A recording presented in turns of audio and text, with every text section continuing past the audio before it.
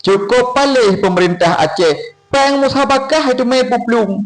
Ye, bak bagi-bagi proyek dengan free proyek yang penting boleh hanakalan perusahaan pu yang tak pakai, ya kan?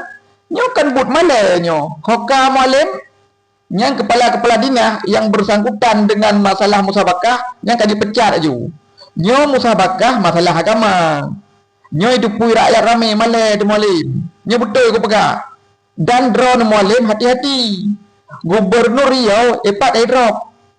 Hana pu pikah rolung panglima hai pok-pok dada. Jamun panglima. Hana pu fikir lung tau dengan Prabowo. Prabowo jenuh presiden. Hana itu mai fikir gerau nama alim Prabowo. Asal salah prap kapika. Nya betul ko pegang.